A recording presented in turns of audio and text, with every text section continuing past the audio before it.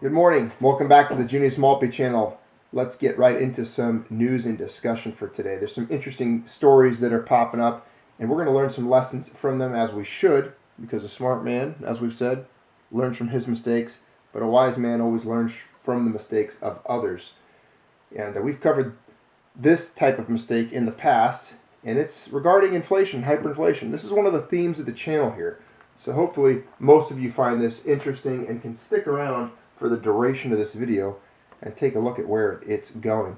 The country we're talking about, the country that's in the news while we're all distracted by this stupid election here in the United States, and while most people are fixated on sporting events and their typical TV shows, there's a country in real trouble and regular everyday people suffering from real serious problems. Venezuela is going through a potential economic collapse, as we're seeing in the news. It's unfolding every day, worsening. Venezuelans have given up on counting their cash, and now they're weighing it. So that's a telltale sign right there. If you're stacking up bales and bricks of $100 bills to weigh them, to try to determine how much you have and how much it's worth and what you can buy with it, your currency is probably not very healthy anymore. So Venezuelans are giving up on counting it, and they're just weighing their cash. Here you have an image of a bakery owner, probably the end of the day, going through the till, adding things up, and he's got like 2.3 million bolivars of currency there, counting the incoming cash of the day. So that's a lot of money, 2.3 million. He must make some really good bread, or the currency's not worth that much. So you guys decide. The government now is considering printing larger banknotes for holidays. And the triple-digit inflation means that the largest bill isn't even worth 10 cents. The largest bill not even being worth 10 cents. Here you have someone actually weighing the currency out. There you go. They're not weighing out meat there or grain.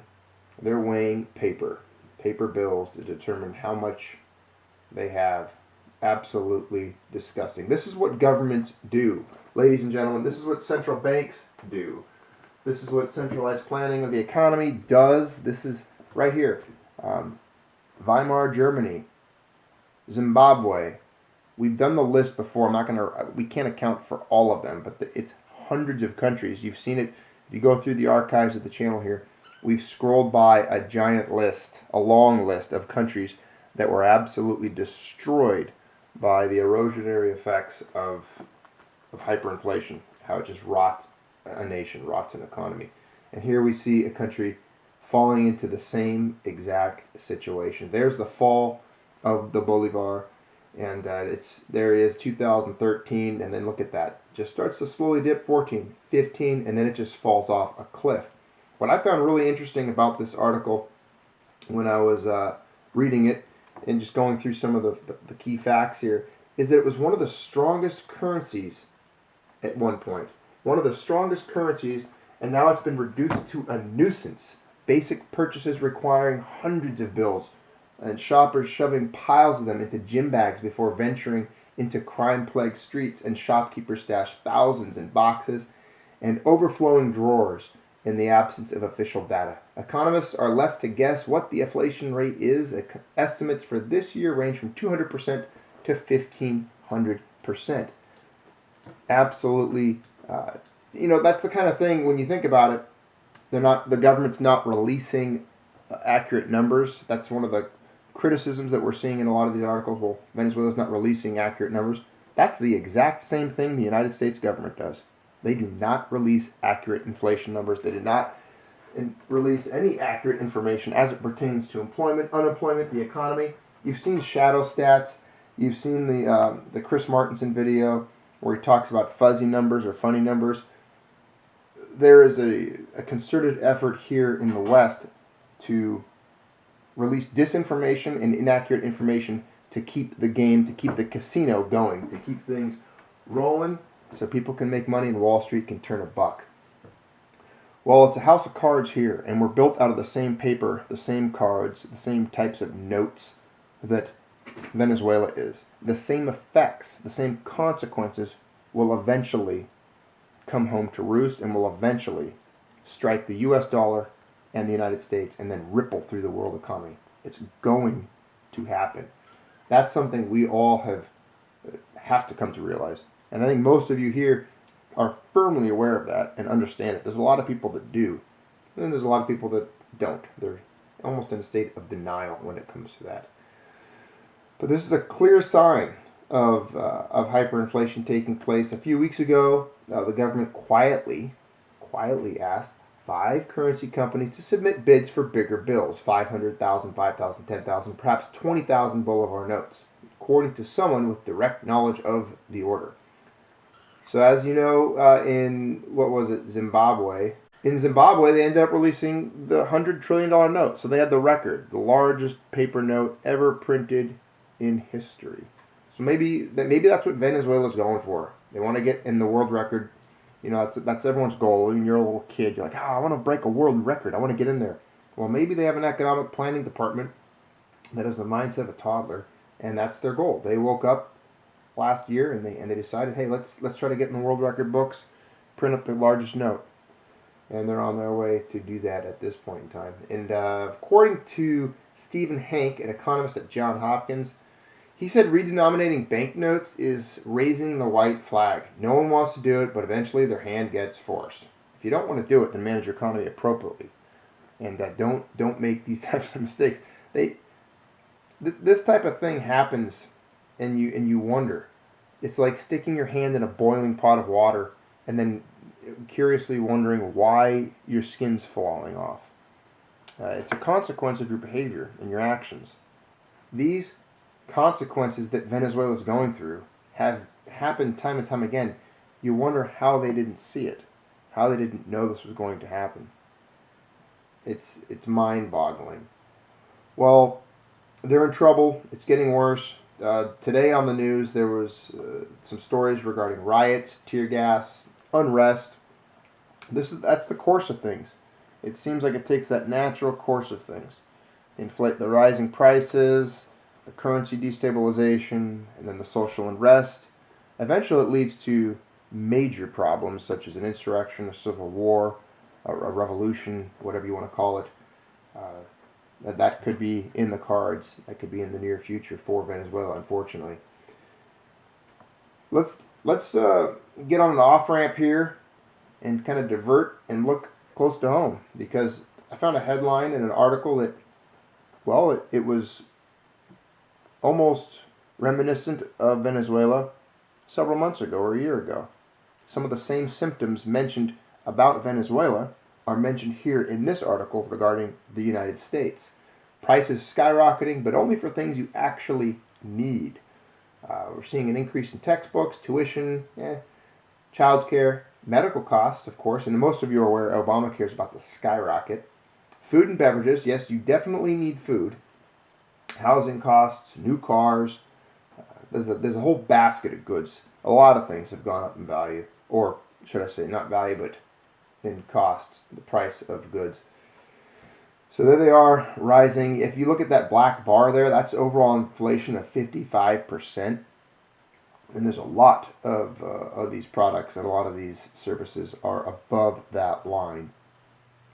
Now, gold was not part of that article, but we've seen gold prices steadily increase from about 1999 to, it definitely exploded there a few years ago and then has settled down a little bit, but it's still up for the last decade and a half. It is definitely higher over the course of time. Gold rebounding after October loss to finish at a 1-month high. Gold's definitely reacting to some of this instability. Looked this morning, saw that oil prices had taken a dip because of a huge supply glut on the U.S. side. And even with the dip in oil, we still saw a lot of strength in rising prices in gold. We've talked about that in the past, how gold and oil used to be really tied together in their behavior. and in their pattern, but now they seem somewhat disconnected, kind of independent, acting on their own. And I think gold is it's basically taken a life of its own in having to react to things in the world that are absolutely unique and uncharted waters as far as what's going on economically, global foreign policies, and the relationship between all these different economies and nations, and then also what's happening obviously politically between the United States in itself, and then also in its relationships with other countries, trade deals. There's obviously a big election going on here. But there's some people trying to run for the highest office so they can make decisions to steer this ship further off the waterfall. We're seeing rip-roaring gold demand. Now, this was an article about the U.S. Gold Eagles. Apparently, a total of 100,500 of these American Gold Eagles, you guys are familiar with them, the investment bullion coin, were sold by the U.S. Mint. And we're seeing running sales total for these coins for the first 10 months of the calendar year is 665,500. They are selling like hotcakes. This has beaten the full year total for 2015 and leaves the 2014 full year total of 415,500 in the dust. Imagine that. Over 250,000 ounces of gold or gold eagles have sold, more than in all of 2014. We're not even done with this year yet. There are months left. So unless the U.S. Mint runs out of coins, the 2016 results have a strong chance of surpassing 743,500 coins. So clearly, people are buying gold. And they're not buying it just for the pretty little images that are struck on it or for collecting reasons. There is a distrust in the global economy and in the system. That's what that was right there. That was a sign and a symptom of the populations as a whole, kind of collectively, a collective subconscious, if you will, not trusting the direction we're going in. And I think it points to what we've talked about in previous videos, a future that is more bleak, not as productive as the present, where gold is going to hold more value than it does currently, and the paper currencies that we're surrounded by and forced to use and exchange with, they will be depreciated greatly and have far less purchasing power, similar to what we're seeing in Venezuela with the bolivar. So now's the time to unload paper. Now's the time to get rid of currency when it can still actually buy gold. I can almost assure you that people in Venezuela wish they had bought gold earlier, and most of them, there's no exchange rate at this point. When a currency is that sick, you can't take a wheelbarrow full of cash to buy any amount of gold. Gold people aren't selling in Venezuela, and people with cash are unable to buy it. Almost guaranteed that scenario is happening right now. HSBC saying buy gold no matter who wins the election. The precious metal could reach levels not seen since 2013. There's one certain winner of next week's presidential election, according to HSBC Holdings, and that is investors in gold. They're calling for it to rise about 8% no matter who wins. And then there's another article out on CNBC saying that U.S. elections will push gold to 1,500. Coming from a technical analyst, and they're talking about gold on course to head as high as $1,500 an ounce, according to this guy, saying that the current environment will disrupt the usual inverse relationship between the U.S. dollar and the precious metal. Now, that's all fine and dandy to see articles like that on mainstream outlets because that's what they do. They generate views, content, drum up interest, get people like us to go over there and click on it and read things. But a lot of times CNBC and the individuals that write and are part of those news outlets, they don't really believe gold. It's just something for them to write stories about. If you sat down, had a cup of coffee or a beer with them, and they're likely some pretty good people. I'm sure they don't. I'm sure there are some that actually produce propaganda on purpose, insiders, whatever. But there are people that they genuinely just don't know. They don't believe in gold because it's all they've ever been known. It's all they've ever been told, taught, in college, that they went to school and were just indoctrinated from day one, and only taught one side of things.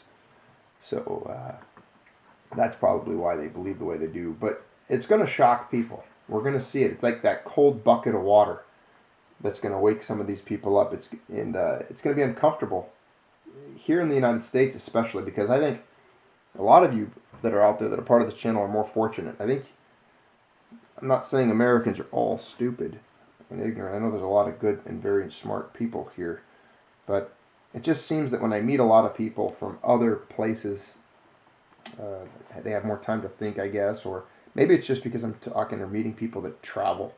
But when I meet people from places like Australia or New Zealand or England, anywhere in Europe, it seems like a lot of them are very more aware and alert of what's happening globally and economically. So I think Americans might be in a rough place when things kind of go off the tracks. They're going to be shocked and unable to grasp with the new reality. Well, thanks for participating, all of you. Thanks for being part of today's channel. And stick around. Hopefully we can produce a variety of more content as we go into the new year. After this election, we'll see what happens. I'm sure there will be some stories to make. But thanks for being here. Don't forget to like, share, and subscribe, and participate in the comments below. And always, I appreciate your support for being part of this channel.